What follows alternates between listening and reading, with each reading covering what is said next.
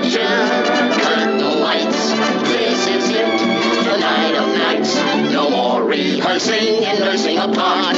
We know every card by heart. Hello there, true believers. This is Head Speaks, a proud member of the Headcast Network family of shows.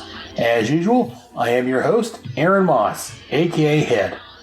This is my mostly monthly Headcast, where I talk about comics, movies, role-playing games, TV shows, and anything else geeky that I want. So sit back and enjoy the ride. Let's begin. What height will hit? On with the show, this is it.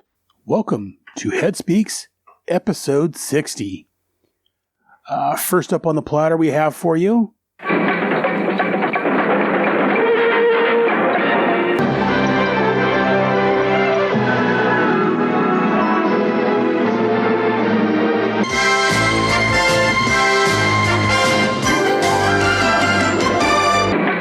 the movies with Head. So this month on At the Movies with Head, I'm going to talk a little bit about the HBO Max. It started out as a DC streaming show, but now it's on HBO Max.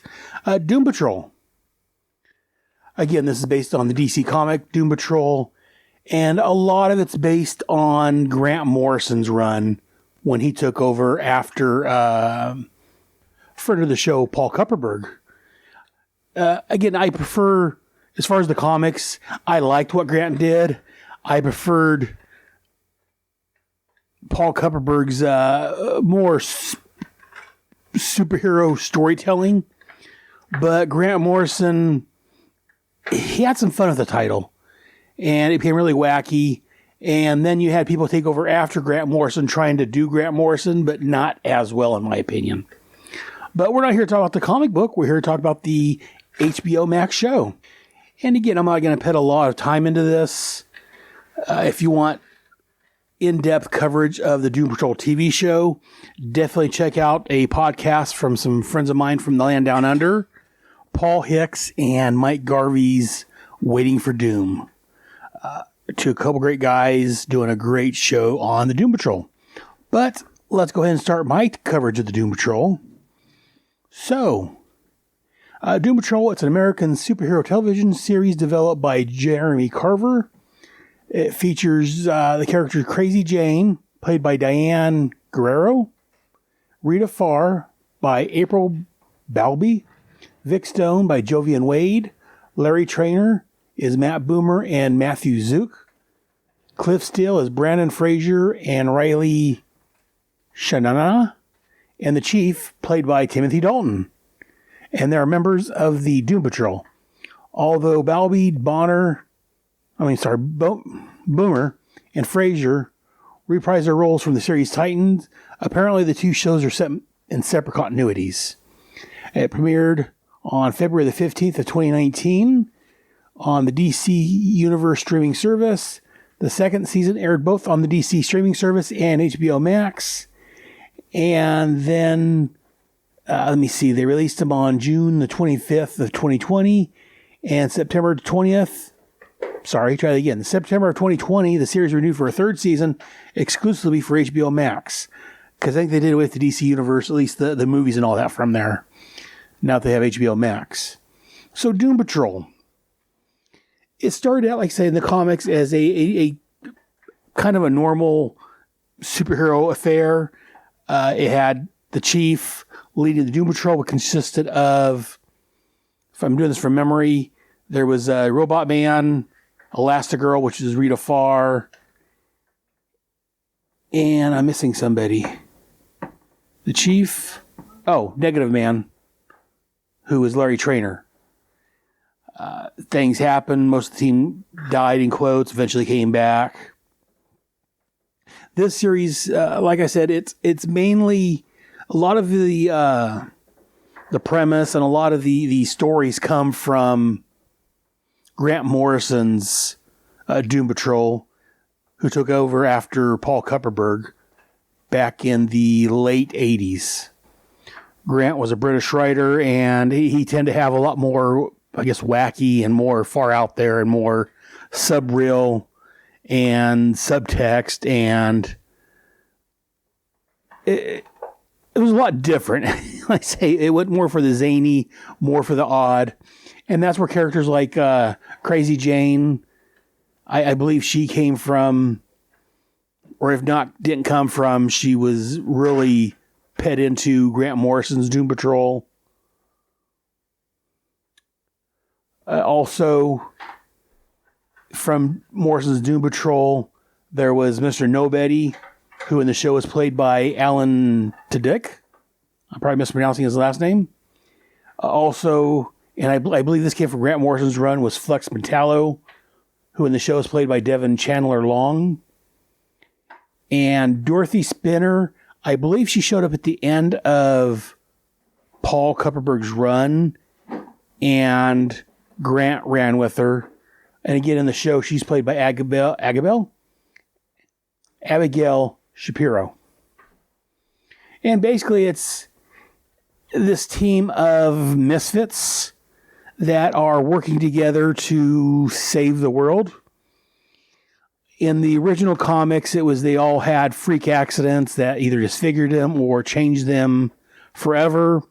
The chief gathered them up and used them to help defeat bad guys, basically. Eventually, in the comics, I think it was under Grant Morrison or maybe one of the later writers, revealed that the chief, again, this can be spoilers for the first 2 seasons of Doom Patrol, which have been aired and they've been out. So if you haven't watched Doom Patrol, you may want to skip this segment if you're planning on it. But come to find out, the chief, Niles Calder, was actually behind all the accidents that caused the Doom Patrol to become who they are. And the show's taken that concept and ran with it. We find out that the chief was responsible for all the accidents that happened that caused the Doom Patrol to become who they are. And there was an earlier Doom Patrol in the show, and one of the members was Joshua Clay, who was actually a later member of the Doom Patrol in the comics. In the comics, he went by the superhero name of Tempest. He had like a blasting power. He could fly. Again, they don't really talk much about his superhero powers in the show, so that's all we're going to talk about him. We're going to move on to the other characters.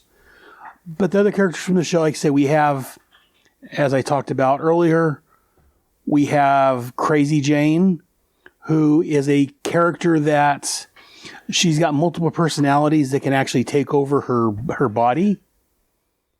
And they have different powers or different abilities. Again, she first showed up in Doom Patrol 19, written by Grant Morrison. I like Crazy Jane. She's an interesting character. She's got a bunch of different personalities in her head, and they come forth and they have different abilities or different things they can do. Like I said in the show, Diane Guerrero, I hope I'm pronouncing that properly, plays the main Jane character, Crazy Jane. And then inside her head, when she's dealing with her other personalities, she plays a couple of the other personalities, and there's other actresses playing some of the other personalities. And again, the show uses a lot of the personalities from the comic, and they're doing a pretty good job at, I think. I think Diane does a good job of doing the different characters. I mean, as Crazy Jane, the outward person, she does Baby Doll. She does one, let me see who else she does. Crazy Jane, of course. Hammerhead, Flitz. Harlot, what is her name? The Red Harlot or Scarlet Harlot? Yeah, Scarlet Harlot. Again, she does all these different characters, and I think she does a good job portraying totally different personalities.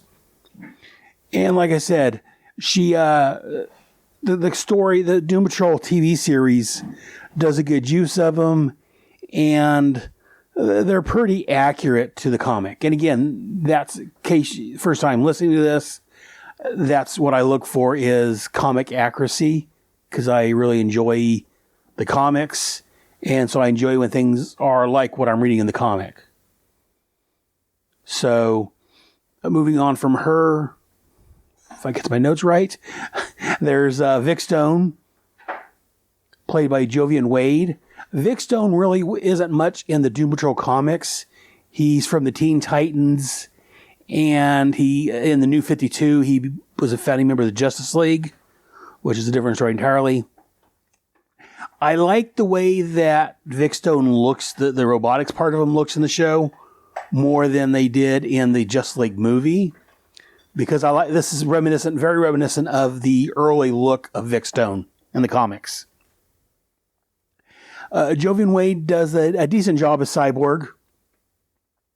I think I like, I have my mind turned off, the guy from the movie who did Cyborg.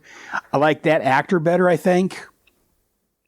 But I like the way the cybernetics looks better in the TV show.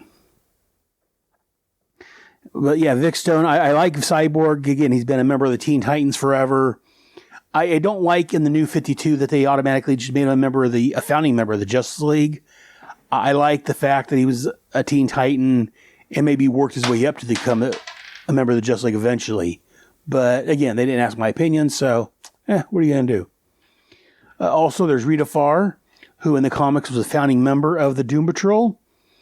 And in the comics, she could grow, she could stretch her body. She was an actress. In the TV show, again, she was an actress. And April Balby, is how I'm pronouncing her name? She does a good job of playing Rita. In the show, Rita, if she doesn't concentrate, she loses control of her form, becomes like a giant blob. I don't think that's the way it ever was in the comic. Again, I didn't read a lot of the early appearances from her back in the Doom Patrol, back in the 60s. But I don't think she had the problem of being basically a ectoplasmic protoplasm or whatever if she's not concentrating. Here, she's not going to puddle of goo. So again, that's an interesting way to change it. I don't know if I like that or not, but the actress that plays her, I think she does a great job at it. She very much, to me, comes across as Rita Farr. Also in the show, going back to my notes, we have Larry Trainor, played by, the physical form is played by Matthew Zuck, and the voice is Matt Boomer. And also before the accident is played by Matt Boomer. I know Matt Boomer from White Collar, where he played a criminal working with the FBI. I think he does a great job as Larry Trainor. In the TV show, they made him, he was married with kids, married with children. Sorry, wrong show. But he actually had a gay lover that he was keeping secrets. As far as I'm aware, in the comic, he was never gay. But again, I may have missed some stuff, or I know later on, Negative Man became some form of man-woman energy being.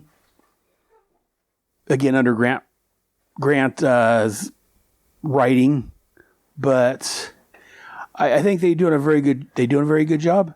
They're doing a very good job with Negative Man. Again, Negative Man was in an airplane or a spaceship accident, and he absorbed some sort of cosmic radiation, and now he lets off a radiation, so he has to be wrapped up in these special bandages that keeps the radiation under control, and he can release a negative energy spirit. Later on in the comics, that spirit goes into, or I'm not sure if it's the same spirit or a different one, goes into Val Vostok, who becomes Negative Woman, and I actually talk about Val over on my Task Force X podcast, because after she's no longer Negative Woman, she shows up in Checkmate quite a bit. But yeah, I like the way in the comics, Negative Man, when he's in the hero form as the negative energy being, he's like pure black with energy crackling around him. In the show, he's more like a white bluish. And while I prefer the black look to him, I think it looks really cool. I understand why they would maybe change that from a black energy being to something with a little more color in it, because it's live action, so you want something a little more dynamic. I like Matt Boomer as an actor. I'm not familiar with the guy that plays Larry Trainor wrapped in bandages, But yeah, I think he does a good job with what he has. Again, the guy's always wrapped up with bandage, so you never can see his face. So it's mainly body language, which I think, again, the guy does. His name's Zuck. Does a pretty good job at the body language when you can't see. It's hard when you can't see someone's face and it's not actually Zuck's voice we hear. We hear Matt Boomer's voice. So I think, like I said, I like Negative Man. He's one of my favorite characters in the Doom Patrol. Like I say, his real name is Larry Traynor. And I'm just looking at the Wikipedia entry on him. Let me see. Yeah, so he was a founding member with Elastigirl, Robot Man, and the Chief. He accidentally exposed to radioactive field in the atmosphere while piloting a test plane. It leaves him radioactive, but gives him a strange power to release a negatively charged energy being, which is referred to as Negative Man or the Negative Spirit. And that's how they refer to him in the show, as Negative Spirit. But again, yeah, I really like Negative Man. And I'm just reading here more. Yeah, it's Larry Traynor and Valentina Vostok. And actually, I guess Valentina, I thought she was a newer character. I say newer. When I started in the 80s, I thought she was a newer character. But apparently, Valentina came out in 1977. So, at some point, I guess, so after Larry Traynor died, in quotes, in the Doom Patrol, the Negative Spirits went into Valentina and made her Negative Woman. She's actually shown up in the TV show for one episode as a cosmonaut. And she does talk about how she too has a negative spirit. So unlike the show where it looks like it was negative spirit went from one to the other, it looks like there may be at least two different energy beings in each of them. And like I said, in the comics, eventually the negative spirit reveals itself to be a creature capable of speech, and it forces itself to merge with Larry Traynor and his physician, Dr. Eleanor Poole, and the three entities become a form called Rebus. And it's a divine intersex person who, again, must wear special bandages. And seeing how the show is going very modern, being very inclusive, I'm wondering how long before they introduce Rebus, the male-female form of Negative Man/woman. So I'm just wondering about that, because that seems very much what the show would do at some point.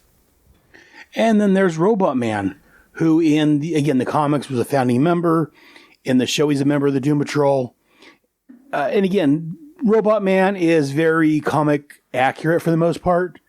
I don't know much about his pre-accident life. So as far as that, I'm not sure how accurate that is.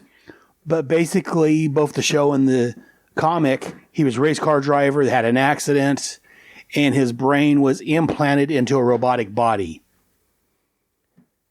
Like I say, both are doing it the same way. In the show, his voice and his pre-accident body is played by Brandon Fraser. I'm sorry, my wife corrected me. Brendan Fraser. And dude's getting old. I know we all are, and I mean, but yeah, he's gained a little weight. Again, I'm a fat butt, so I can't say anything, but it's just, yeah, not really having seen him for years and seeing him in the Doom Patrol, you can tell he's changed a bit. So, but no, I think Brendan does a great job as the voice. And again, when we see flashbacks of him before he became Robot Man, I think he does a great job. Like I say, him and his wife was having problems to an extent. He was cheating on her with, I think, a couple different women. And again, come to find out, much like in the comic, it was the Chief's fault because of the accident. Again, it's been years since I read the comic, but in the TV show, the accident was supposed to happen on the speedway, but it actually happened while him and his wife was driving somewhere. So his wife died, and his brain was taken out of the body and placed into a robotic body. Yeah, like I say, I like Robot Man. He's a very cool character. He's been in the Doom Patrol. He showed up other places. And yeah, basically he's a brain inside a robotic body that looks very much like a 1950s Robot Man, if you will. And it's basically Cliff Still is trying to, I don't necessarily want to regain his humanity, but it's a human brain, but he doesn't have any of the human sensation. He can't touch anything. Well, he can't feel anything when he touches it, I mean. It has no taste, has no smell or anything. So, I think, like I say, the actor that plays Robot Man, his name is Riley Shanahan. Again, another character that we don't see the actor's facial features. We don't hear the actual actor's voice. So the actor's only working basically with body movement. And he's not even, in quotes, a human. He's a robot with a human mind. So his movement patterns are a little limited because of that.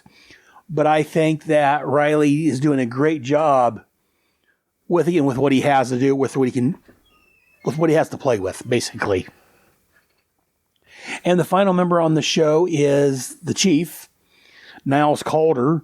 Again, he's the man that came up with the Doom Patrol. He created them in the comics. Eventually, like I said, it was revealed that he was actually behind the creation of all these people and their accidents. In the show, he's played by Timothy Dalton. And again, I like the Chief. Timothy Dalton's doing a good job at him. He, in the times when he showed up, he was played by Bruno Bichah or something like that. But yeah, then when they put out their own show, they changed it to Timothy Dalton, who is a longtime actor. He's, been in a little bit of everything. I mean, almost everyone knows Timothy Dalton, I think. And my wife said, who is he? He's an actor.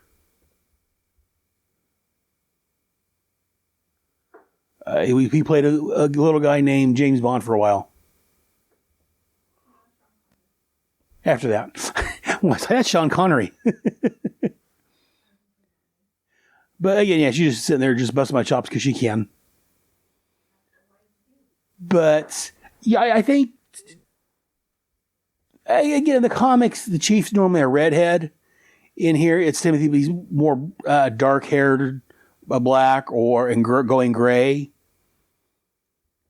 But I think that, like I said, Timothy Dalton's doing a good job as the Chief. He's got that mysterious edge. He's a paraplegic with a genius level intellect. He does different inventions. He founded the team called Doom Patrol to protect the innocent and fight crime. In the show, it's discovered that he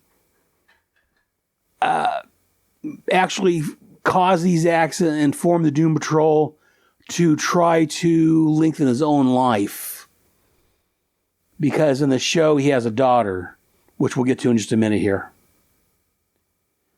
Quickly looking through here, Niles Calder, he started I was going to say X-Men. I say that because the X-Men and Doom Patrol came out around the same time, and they're both very much the same type of team. They both have leaders in wheelchairs. They're both made up of misfits or outcasts that don't fit with normal society. Again, it's rumored, who came first or which idea came first. But while they're very similar ideas, they're very different, in my opinion. But in the show, as I said, Niles Calder, the Chief, has a daughter named Dorothy Spinner. In the show, the Chief was stranded somewhere, and there was a primitive woman who he was staying with that's helped him survive, and they shacked up, I guess. They, as they would say on the dating game, made whoopee and Dorothy was the product of that.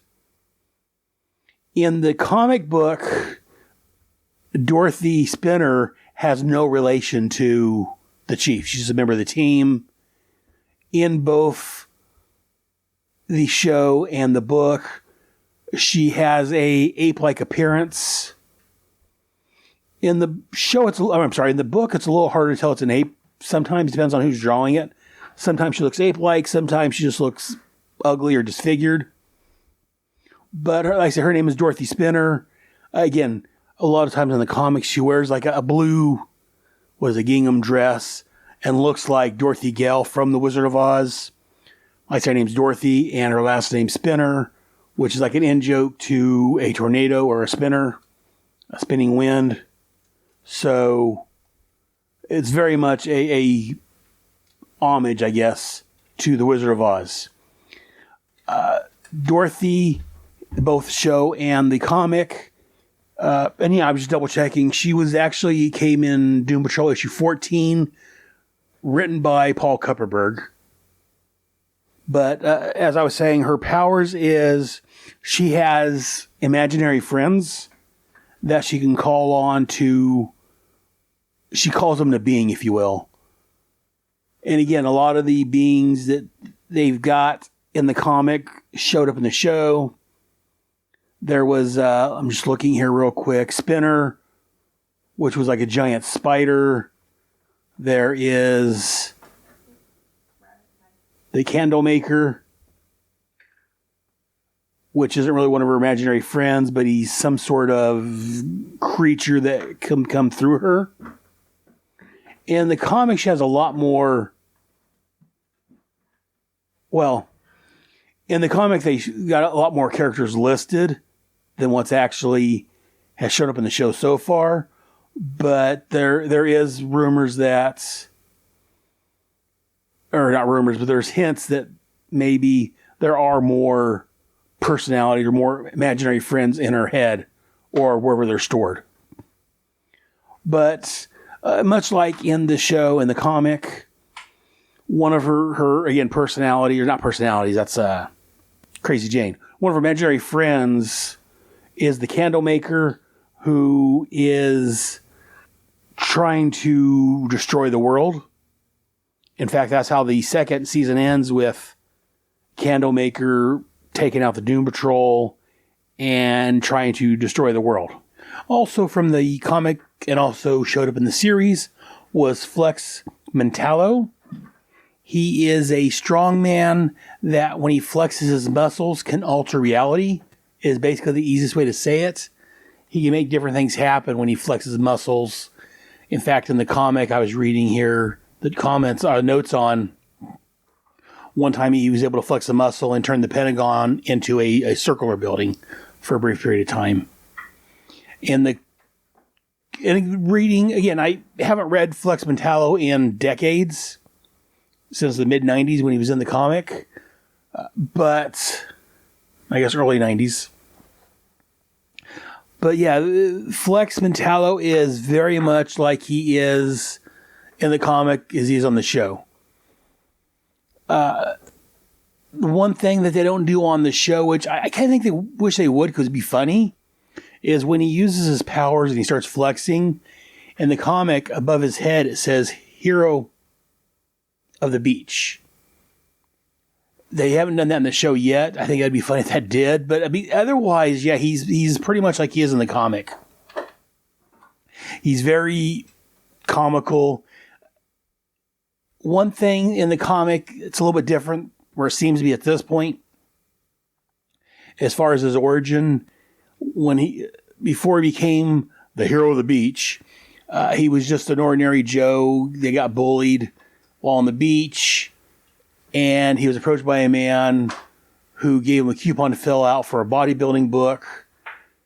And when he followed the instructions, he became the muscled strongman. And the TV show, they didn't touch on that. He was just always the hero from what they showed. But they had his girlfriend in the show that's from the comic. Again, I wasn't a huge fan of Flex when he was in the comic and the Doom Patrol. That's when I started getting out of the Doom Patrol.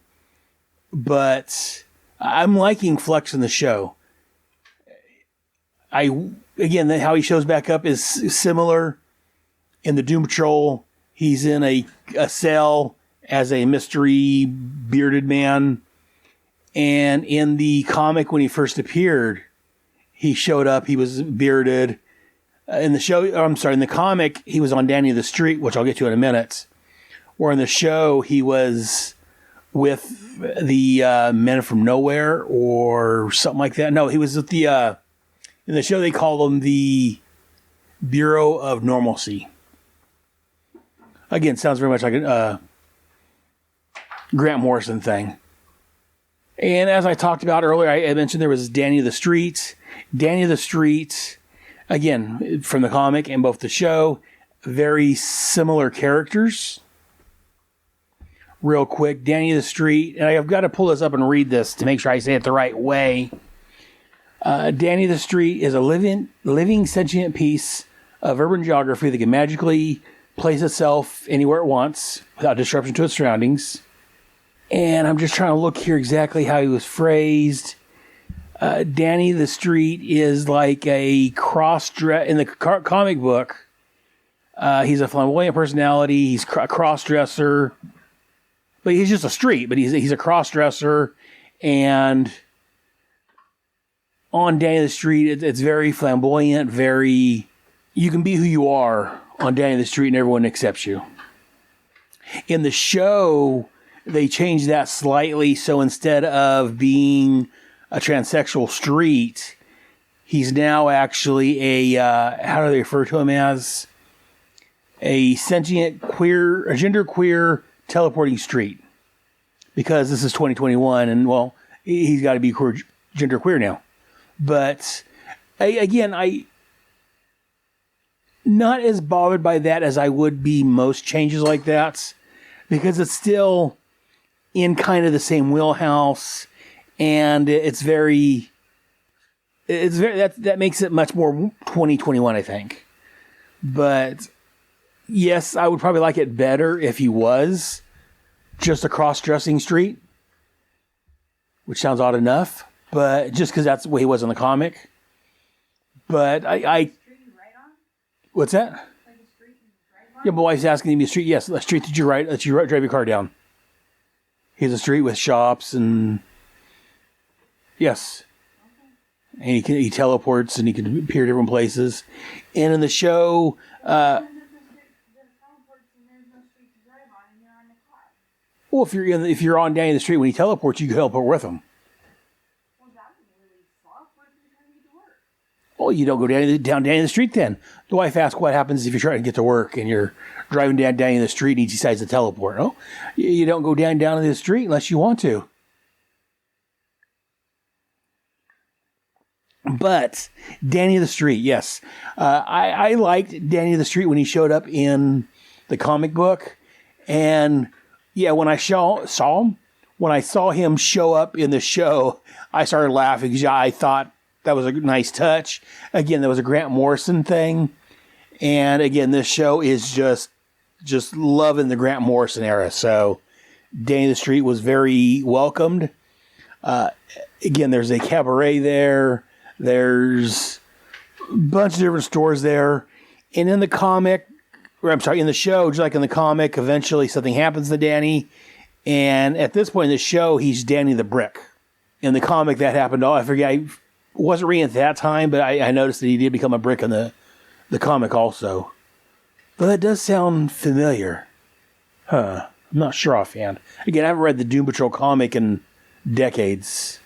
Again, so that's the main characters in it. Also, the first season, there was, mentioned Alan Tudyk as Mr. Nobody, who was a villain in the Grant Morrison era of Doom Patrol.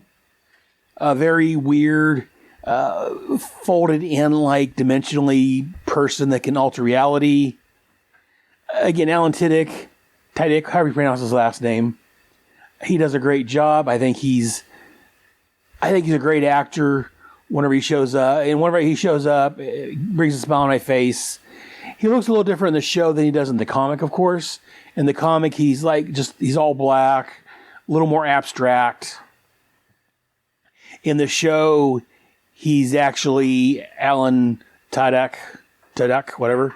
But CGI, whatever, makes he's like partly not there, partly there. But I think it's a nice interpretation.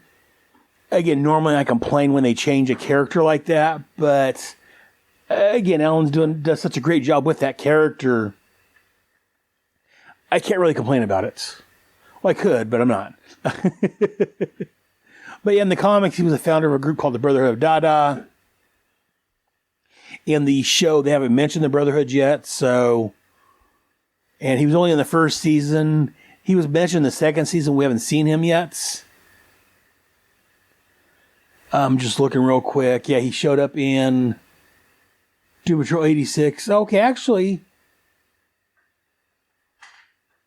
I thought he was a Grant Morrison character, but actually looking at the Wikipedia entry, he actually showed up as his real name, Eric Morden, in 1964. And he appeared as Mr. Nobody in 1989. Okay, so he appeared as Eric Morden in the earlier Doom Patrol series.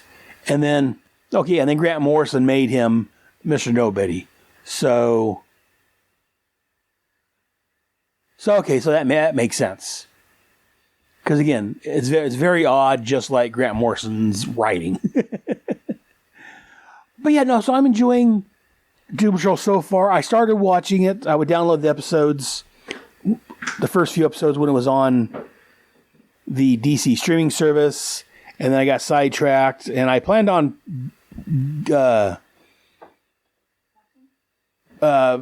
subscribing to the DC Universe service. But before I got that far, they merged with HBO Max, and so all the shows from there moved over to HBO Max. So I'm getting HBO Max anyways, so I decided not to subscribe to the service, the DC streaming service, because, well, it's not really there anymore. Now it's mainly, my understanding, basically just comic books. So, which I have a lot of anyway. So, but yeah, I really enjoying the Doom Patrol show. I think there's some things I wish it would rather stick more closer to the comic on. But again, that's just me being a purist, because that's who I am. But yeah, I've watched the first 2 seasons, and I loved it. I can't wait for the 3rd season. In fact, on the HBO Max show, so far, I think it's the best out of them. There's only a few as far as live action. There's the Titans, which I've complained about previously, but I'm giving another watch to see if, because I've heard a lot of people say it's really good once you get to a certain point, so I'm trying to give it another chance, because I'm a big fan of the Wolfman Perez Titans and a lot of these characters. And that's my problem with the show, is that I'm such a big fan of the Wolfman Perez Titans. And a lot of these characters I love, like Hawk and Dove, are totally different than what Wolfman Perez did in the comic, or even before them. So I don't know, I'm going to try to give it another try. But there's Swamp Thing, which only lasted 1 season. Me and the wife watched the first half of the season or so, the first season, and I enjoyed it. I thought it was good. But like I said, I don't have a whole lot more to say about Doom, but I just wanted to mention that a little bit, talk about the characters. Like I said, I'm enjoying so far. For more on Doom Patrol, definitely check out Waiting for Doom podcast. And we're going to take a quick promo break, and I'll be right back with our next segment. Head Speaks will be back after these important messages.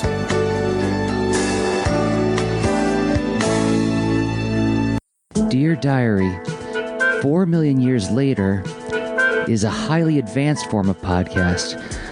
I don't really know if it's from the past or the future, but the hosts can think and have real feelings. I don't understand it, Joe. There's already been podcasts doing an episode-by-episode rewatch of the original Transformers cartoon series. Why would 2 dopes be doing another one? I don't like it. Something's wrong. Real wrong. 4 million years later is a podcast from me, Jersey Drozd, And his friend Hoover.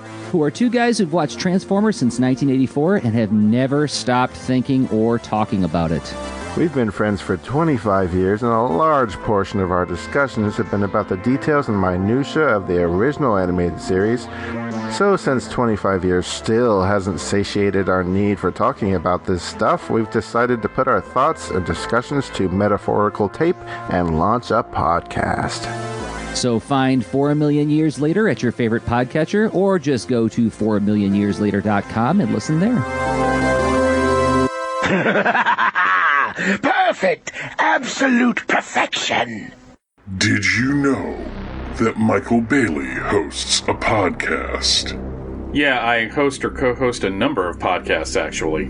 Did you know that Michael Bailey releases his podcasts through the dark web? Now, that's not true at all. I release my shows on the regular internet.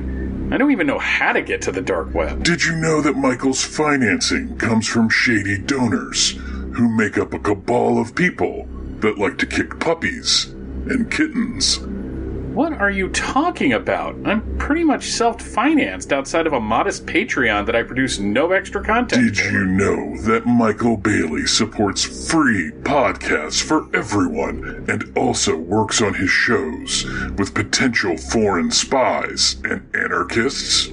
Of course I support free podcasts for everyone. And Andy isn't a spy of any kind. Bethany and Allison are hardly anarchists, and Jeff... Okay, you may have me there. Jeff is a little out there. Why would you support such a man by listening to his pod? All right, that's enough of that. Can we get rid of creepy voice guy? He's not working out. He really just isn't. You can't get rid of me that easily. I'm a scary voice that is meant to frighten people into... Okay, that's better. Hey everyone, my name is Michael Bailey, and I run the Fortress of Baileytude podcasting network. The Fortress is a collection of podcasts that I either host or co-host, all housed in a single place to make things easier on me. The shows in the network include From Crisis to Crisis, a Superman podcast, which I host with Jeffrey Taylor, and is all about the Superman books published between 1986 and 2006. The Overlooked Dark Knight, a non-index show, which is a Batman podcast that is about Batman stories hardly anyone talks about that I host with Andrew Leyland. Views from the Long Box, my comics-centric podcast that has been online since 2007. And the newest show on the network, the Superman and Lois tapes, which I host with Allison and Bethany and is all about the CW series Superman and Lois. The network can be found at www.fortressofbaileytude.com, which also houses one of the web's largest repositories of information on the death and return of Superman from 1992 and 1993. You can subscribe to any of these programs through Apple Podcasts / iTunes or through your favorite podcatcher, either a la carte or through the master feed, which has all of the episodes of all of the shows. The Fortress and its shows are also on Spotify, if you're into that sort of thing. The Fortress of Baileytude Podcasting Network, doing my best to relieve boredom since 2007. The music on this trailer, Delay Rock, and Political Action ad are by Kevin MacLeod and are used under Creative Commons by Attribution 4.0 license. Did you know? Oh, shut up! The Justice League wouldn't help him, so Batman formed a new team. These people of power are all looking for something, be it their past, or a purpose, or simply somewhere to fit in. These are the heroes for a troubled age. They are the Outsiders. We are the Outsiders!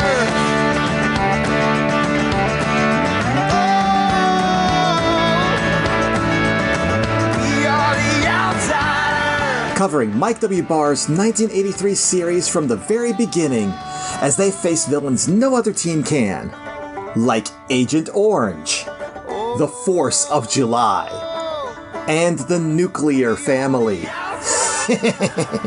Puns. This is The Outcasters, a Batman and the Outsiders podcast. Look for us with the Huntress podcast on Apple Podcasts, Stitcher, and Spotify. Or listen at our website, thehunterspodcast.com, and follow us on Twitter at BatOutcasters. We are the Outcasters, because to live outside the law, you must be honest. We are the Outsiders!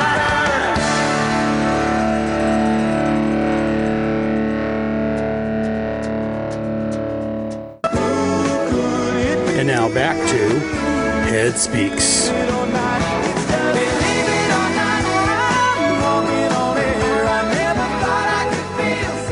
And now we quickly move on to our next segment.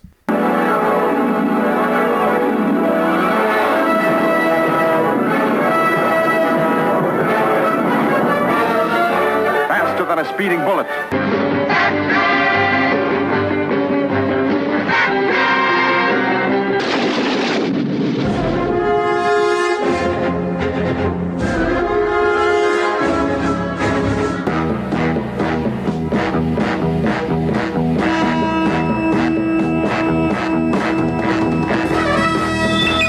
In the great hall of the Justice League, Spider-Man and his amazing friends. the Justice League of America versus the Legion of Doom.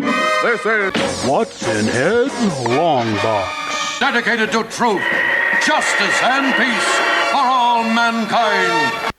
So this month from the Long Box, I'm going to pull out Power of the Atom #1. Shouldn't be a surprise. I've been talking about this for a while now. Before I did the Armageddon crossover, I did the Sword of the Atom specials and miniseries, and that was leading up to this. Power of the Atom, this was not the first, but one of the first series that I picked up from #1 when it first came out, when I started buying comics. I'd always liked the Atom in issues of Justice League I've read, or cartoons or whatever, but the Power of the Atom was the first. I picked this up, and then after the fact, I picked up the Sword of the Atom miniseries. So, Atom, Ray Palmer, is one of my favorite characters. He's up there with Firestorm, my top 2 favorite superheroes. So, let's go ahead and get started with this issue. Again, this was a 18-issue series, which in my opinion ended way too soon. But we'll get to those issues. Right now we're going to start out with the first issue, which had a cover date of August of 1988, on sale April the 26th of 1988. The cover price was $1. The title of this issue was called Home is the Hero. Written by the marvelous Roger Stern, penciled by Dwayne Turner. Inker was Keith Stan Wilson, letterer Bill Oakley, colorist Nancy Houlihan. The penciler for the cover was Dwayne Turner and inked by Keith Stan Wilson. And the editor was Mike Carlin. So the synopsis, and again, this all comes from Mike's Amazing World of Comics, a great website that helps out a lot of us podcasters. So the synopsis, once again, Don Bryce, a CIA agent, reaches the city of New Moda to deliver a warning to the Atom. He then dies. The Atom recommends the Carlothons evacuate the city while he goes after a group of land developers who are planning to burn the jungle, surrounding the city with napalm in order to make room for farmland. Due to a language barrier, the Atom cannot communicate with the Portuguese developers. They see him as a demon and attack. In an ensuing fight, a stray gunshot strikes the stored napalm and creates a devastating explosion. The Atom is knocked out, and when he regains consciousness, everything in the surrounding area has been destroyed, including New Morlada. After a search for the Carothians comes up empty, the Atom goes after the developers again. They trap him in a sealed room, but he is able to escape via the phone line. The Atom emerges from the phone of his friend, Norman Brawler. He then grows to a height of 3 feet and passes out. When he recovers, he is stuck at that size. Brawler calls for a doctor to help, which brings Ray to the attention of the CIA. Dun dun dun. And now, as usual, we will move on to the issue itself. So this starts out, we've got the cover, like we normally do. Power of the Atom logo at the top. We see Ray in his new costume, flying off of a bird, it looks like, knocking out one gunman, while another one looks on behind with a big funky mustache. On the cover, we got a blurb that says, he's back and more powerful than ever in his first monthly adventure. Again, got our logo at the bottom, or not logo, but the credits by Stern, Turner, Wilson. Again, this is, in my opinion, a great cover. It helps that the Atom is one of my favorite characters. Like I've said before, him and Firestorm. This is a beautifully rendered cover. The one guy in the background with, like I said, the big goofy mustache is kind of goofy looking a little bit. But otherwise, like I say, it's great. Nice shots. Full frontal shot of the Atom. Wait a minute, that didn't come out right. Anyways, a full front-on shot of the Atom as he's swinging and punching this one guy out. Just a wonderful cover. I love this cover. It's very colorful. It's got the Atom's in his blue and red costume. His hair showing as it tends to be showing nowadays. After this, actually, I guess it started with the Sword of the Atom stuff. But he is back to a superhero costume. Well, his superhero costume for the most part. The main difference, like I said, is the top of his head's now showing. I remember I picked this up off the newsstand. I'm like, that's awesome. So, very nice. Anyways, moving on to the story itself. I don't normally mention ads in these, but I'm going to mention this one here. It's for Tengen. It's got an ad for RBI Baseball and Gauntlet. Only reason I'm mentioning that is because I used to love the heck out of Gauntlet. Played that all the time. That was a great game. Anyways, so the first page we start out with, it's a splash page. And we see, as I talked about in the synopsis, we got Norm Brawler holding phone out. And here comes Ray Palmer, a.k.a. the Atom, smashing through it, just shattering the receiver of the receiver? The handset? The part where the you hear people is exploding. And I like this. I'm going to read this page. The title is The Home is the Hero. And it says, this afternoon, Norman Brawler is getting a call from an old friend. And for this particular friend, long distance is the same thing as being there. I just love the joke about that. And it says, presenting a bold new beginning for the world's most amazing superhero, the Atom. And I agree. And then we got the rest of our credits, as I talked about earlier. But again, going on, we get the Ray Palmer again. He's going from the Atom to his regular self. I'd say full-size self, but as we find out, he's stuck at 3 foot tall. But as he's changing out of his Atom costume, and his normal clothes are showing up like normal. And I like Ray, as he's passing out, he's like, hello, Norm. Sorry for dropping in like this, as he passes out. And Norm's trying to get him, pull him to somewhere out of the way, get him on a bed. And he's like, oh, wow, he weighs a ton. So we know that, and again, at this point, we don't realize that he's not at his full height. But we do realize that he's got all that weight on him still. Or not still, but he has all the weight on him. And as he comes out, he's like a fever dream almost. He's like, no, Lathan, Voss, gotta be here, gotta find you. And Norm, gets him to wake up. And Ray says that he can't fill his Atom costume, it's gone. And it looks like the proportions on this are a little bit off when Norm is standing over Ray in the first panel where we see him here in the bed.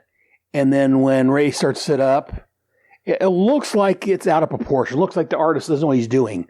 But then Norm tells us that he's only 3 foot tall. So that explains why it looks like it's out of proportion, because, Ray's about 2.5, 3 feet shorter than he normally is, which would explain a lot.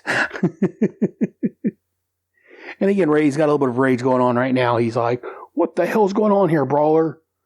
How should I know? You're the one who exploded out of my phone. You tell me. And so Ray's, let me see here real quick. I'm just looking. I thought he got him to a bed, but it looks like he just got a pillow for him and covered him up, because he's still here on the floor. And he's on the floor, blanket wrapped around his legs. And Ray explains that it must have been a satellite transmission link that somehow being transmitted via satellites instead of just regular phone lines scrambled him on a molecular level and caused him to be stuck at 3 foot tall, extra weight, and the costume to be missing. So, and I like this, as Ray's talk, and he's like, it must be a satellite transmission link.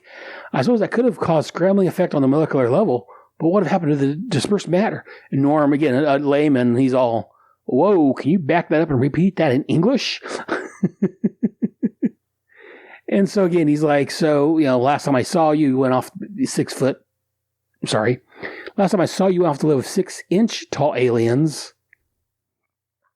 And Ray's kind of recaps what happened is that they rebuilt their city, he found the meteorite, not the meteorite, the white dwarf matter, and he was able to shrink it down. And he realized, again, it's all the stuff that we read, or I talked about last month in the Secret Origins issue. So if you read that, or if you listened to me last month, you would know this is kind of recapping all that. And again, he's thinking about, as he thought last issue, or the Secret Origins issue, well, I could enlarge them. But, I don't know, should I? Because they're basically hidden away here. No one knows where they're at. If I was to enlarge them, then they'd have to deal with modern civilization, and that's a massive culture shock. And so he decided to hold it off, and this is kind of where the Secret Origin issue ended. And then we find out a week after that, some guy came stumbling out of the jungle, and I forget what they're called again, the Catharians, something like that, Catharian. I'm going to call them the Catharians. That's how I pronounce it. If it's wrong, I'm wrong. Anyway, so some Catharians are running away going, oh, an Outlander giant. Oh, it's the Home Guard. And the guy comes up babbling that he needs to find the atom. And the guards all have arrows pointed at him. And he's like, what's he saying? I can't understand his gibberish. I heard him say atom. Hold your fire, man. He won't give us any trouble. Someone's done the job for us. As the guy just passes out on the ground, still mumbling, atom. And so one of the guys, I think it's Vosk, comes running up to the Atom. He's like, he keeps calling your name. And apparently the Atom knows him. The guy's name is Don Bryce. He worked in the CIA with him at some point on some missions. And we find out that there's some drug runners that's trying to slash and burn the area. And so he's warning the Atom about this. Because, again, that's not going to do good for them. And Voss is telling him that we're going to have to get a crew to remove the body. And Adam's like, there's no time for that, Voss. And he's telling him that we're going to have to evacuate the city.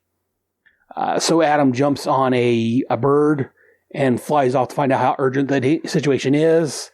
And here we find out, that's what it was, Don Bryce was a CIA contact on a couple of missions he'd handled for the government back when he was a superhero. But, so again, and I'm just kind of going through the story right now, but yeah, this is great artwork in this. I'm loving, again, it's the 4-color superhero artwork I love in these books. I love Ray's, at this point he's got his Sword of the Atom costume on. It's basically kind of his regular costume, but he's got the sword, the necklace with the, like chains or whatever it is, and the loincloth, I guess, held up with I mean, it's his regular belt. I'm not sure. But again, just beautiful artwork. And so Ray finds the guys that's got a camp set up, and he finds out, and he's trying to tell them that there's, a civilization and head that need to move it, but they can't speak to him. They're speaking Portuguese. And again, Ray apparently can't speak Portuguese. And so they think he's some kind of demon or monster. One guy's, Mother of God, what kind of demon is this? As, 6-inch Adam is standing on his desk. And Ray's all, does anyone here speak English?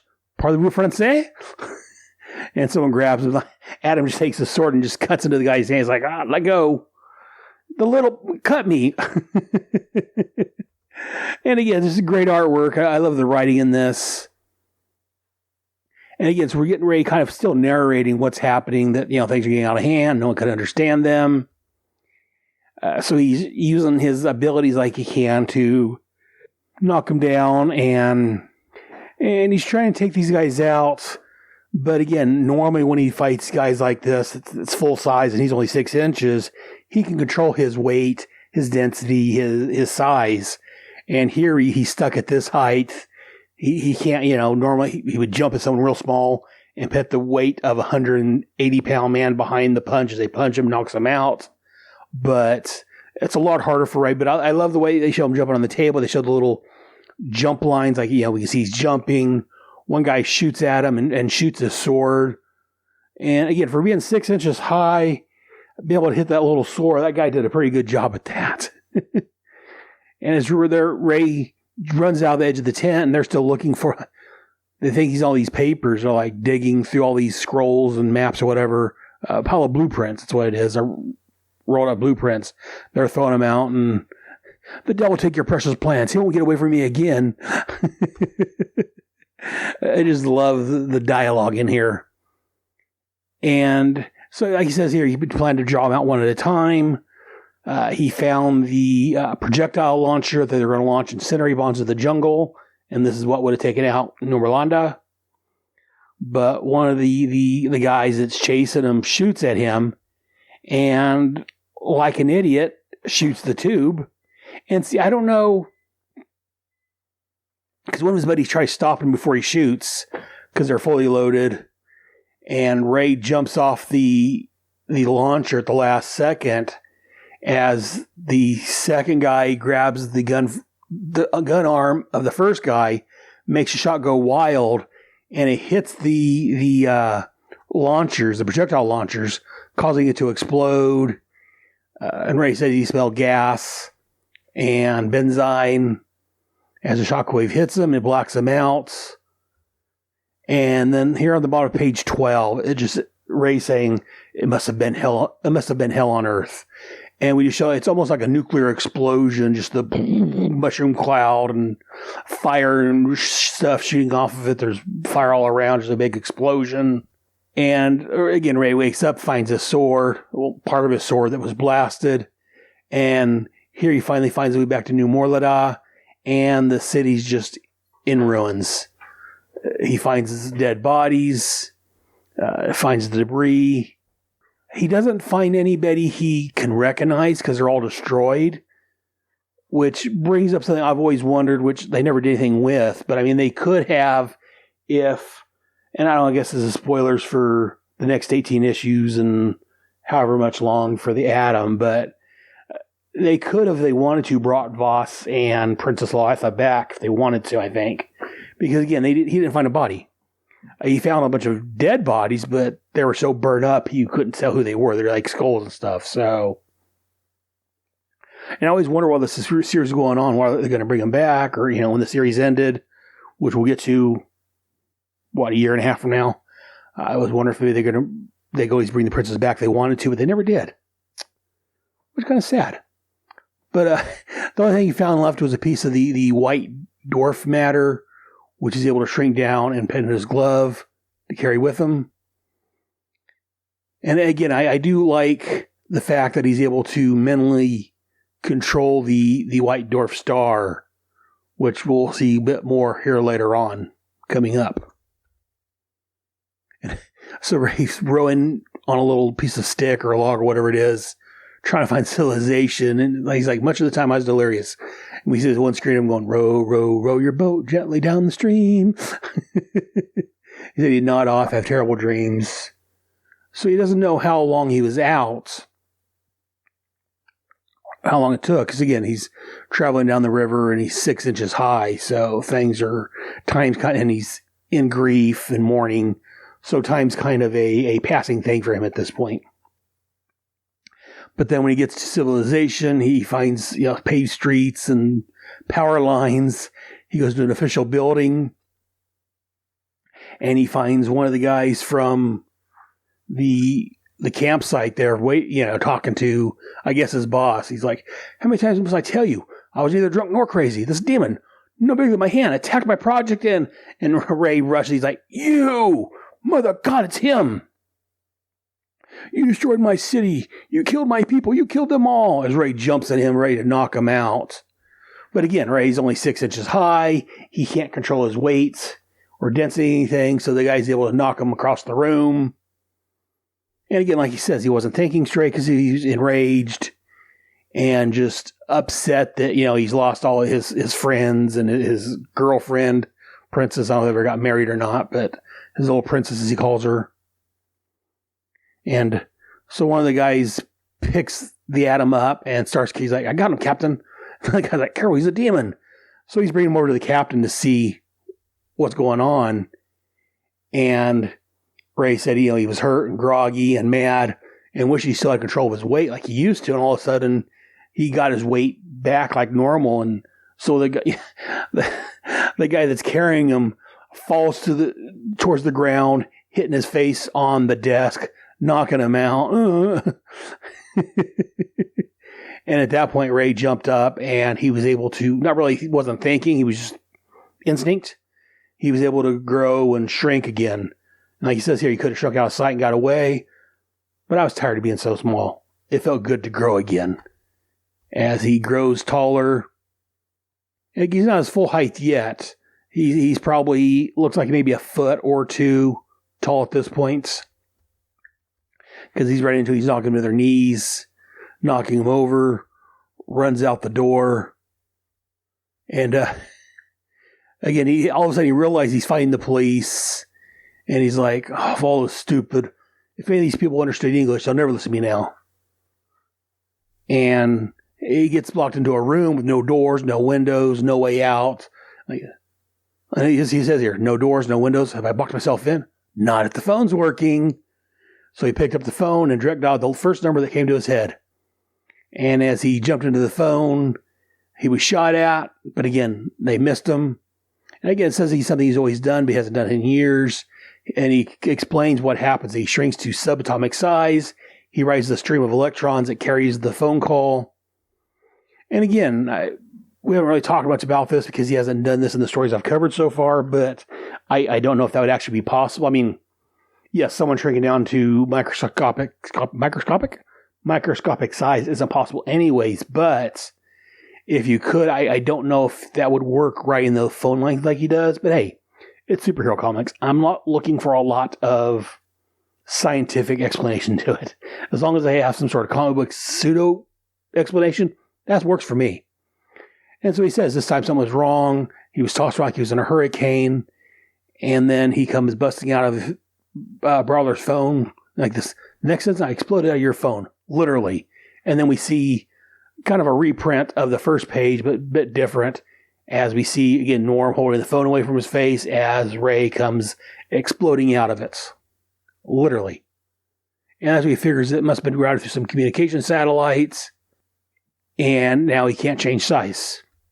Which, I'm trying to think about recent stories if he's shrunk down and traveled through the phone lines, because now with everyone having cell phones and hardly any landlines, I don't remember offhand if he's traveled by phone line recently in current modern stories.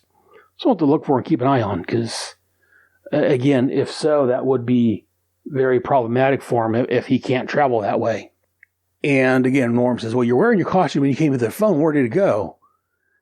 And he said he originally designed the costume to be invisible and practically intangible when he was full size, so he could wear his street clothes over it. And then when he shrinks down, the costume would take form.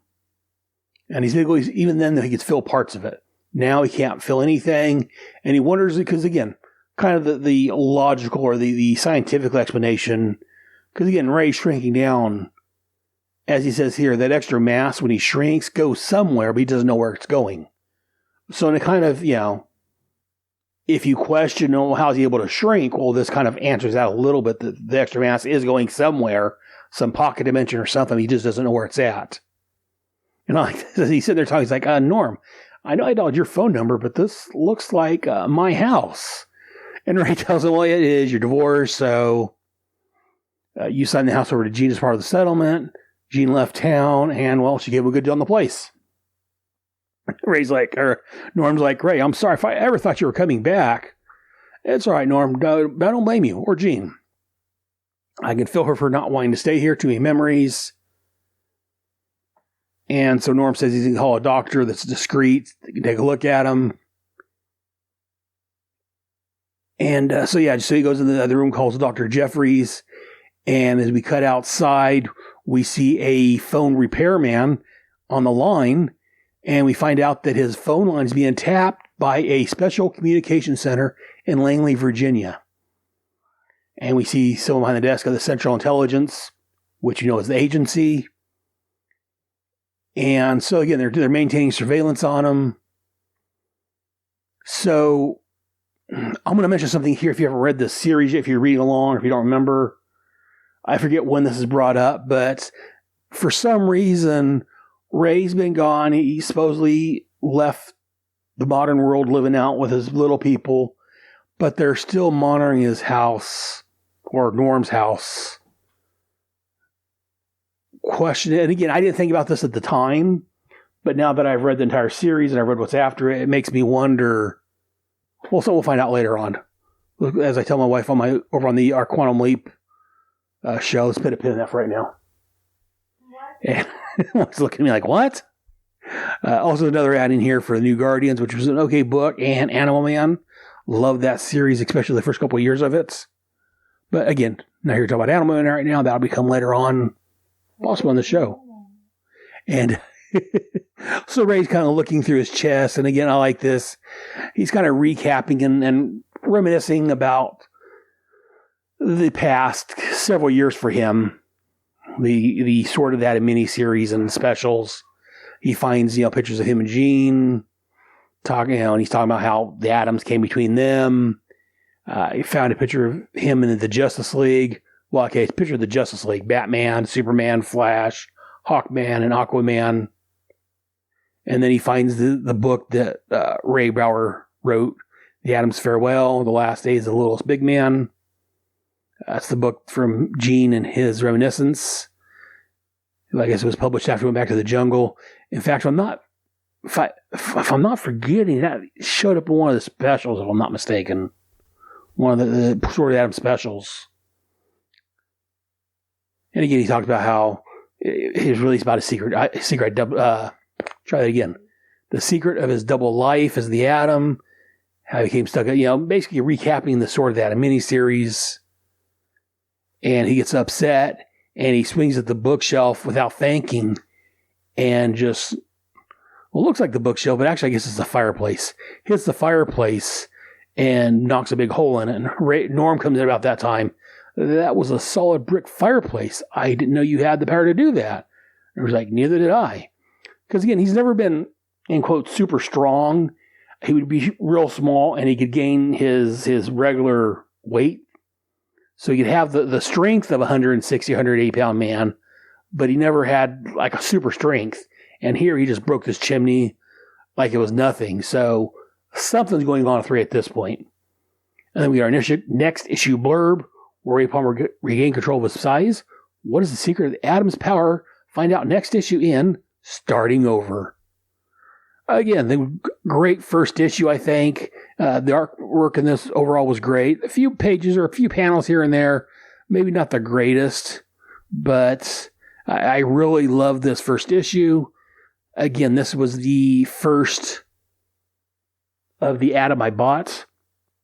As I said, I picked up the Sword of the Atom later on as back issues. So, again, I just can't wait to cover the entire series again. And we're going to wrap up with looking at again, we have the ads. There's one here, full page ad for Animal Man. It says, it's a jungle out there. Animal Man, a new monthly series with cover by Brian Boland, written by Grant Morrison, Chaz Tolg, and Doug Hazelwood. Again, great picture. And again, I love this Animal Man series. And then we get some for the annuals for 1988. There was Superman Annual 12. Batman Annual 12, and Star Trek Annual number 3, and Secret Origins Annual number 2. I've read, the only one I didn't read out of these was the Star Trek one, because I wasn't picking up the Star Trek books. The Secret Origins Annual was the Flash of Two Worlds. It looked at the origin of the Flashes. Again, that was covered over on Ryan Daly's Secret Origins podcast. Definitely check that out. But that is it for the first issue of The Power of the Atom. What did you guys think? Did you read this when it first came out? Have you guys read this? Send me your thoughts. Let me know what you think. You can send those to head@headcastnetwork.com. Again, that's HEAD @headcastnetwork.com. Okay, and now let's move over to the mailbag. Mail time. Mail time. Mail time. The mail's here. Here's the mail, it never fails. It makes me want to wag my tail. When it comes, I want to wail. You've got mail. So, this is Talking Ahead. We're going to go and take a look at the different people that's either commented, wrote in, or whatever.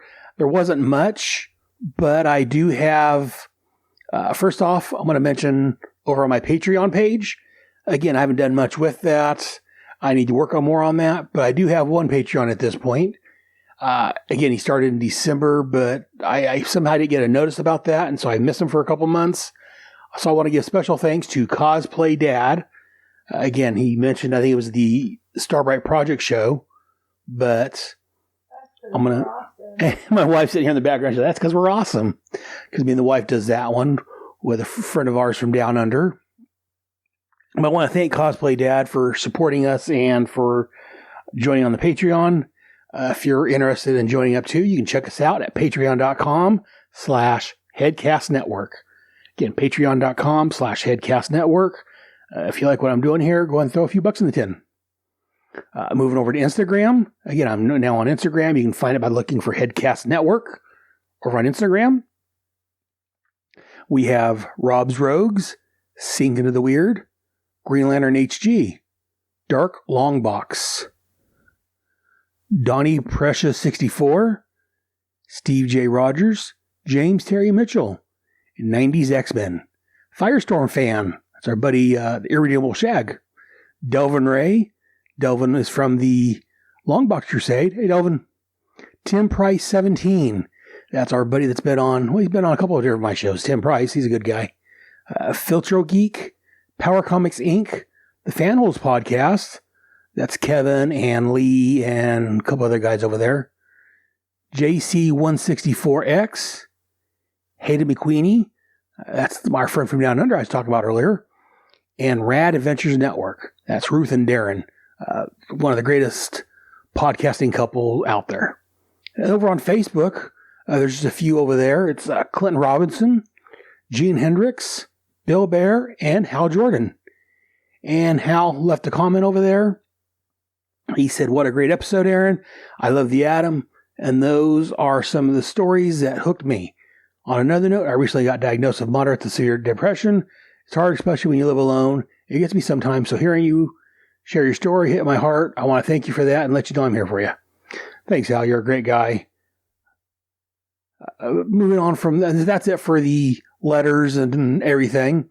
If you want to appear in this section, either join us over on Facebook, Twitter, which I don't do as much as I should on, Instagram, or our Patreon. Like I say, you can look for Headcast Network. On Facebook, we've got the Facebook group, facebook.com/groups/Headcast Network. Or you can send me an email to head@headcastnetwork.com. And if you want to record a message, you can send that to me and I'll play that on the air. Whatever you want to do. Let me know what you think. If you're enjoying the show, or even if you don't, go ahead and send me some feedback. I love hearing from people. You could leave a review on the Apple, Apple Podcast, I think it's called nowadays. If you do, send me a message, especially if you're from out of the country, because I have to switch my country and iTunes to read those, because iTunes is a little wonky like that. But that's going to do it for this month. Join us next month when we look at Power of the Atom, issue number 2, plus whatever else I throw in there. Thanks, guys. And remember, Head has spoken.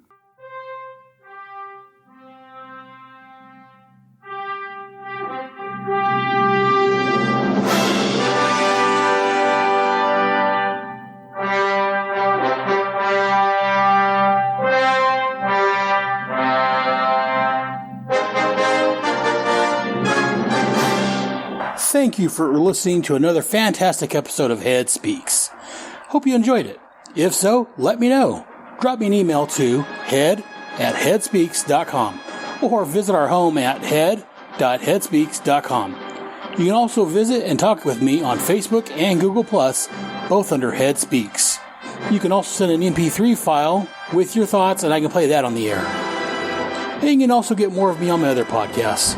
Be sure to listen to Task Force X, where monthly I look at John Ossinger's Suicide Squad and Paul Kuppenberg's Checkmate comics from the 80s and early 90s. Also, over on G.I. Joe, A Real American Headcast, my podcasting friends Ryan Daly and Kyle Benning, along with myself, are looking at all of the G.I. Joe, A Real American Hero comics, and related titles from Marvel and IDW. All of my headcasts are available on iTunes and Stitcher, along with the respective blogs and my main page at headspeaks.com.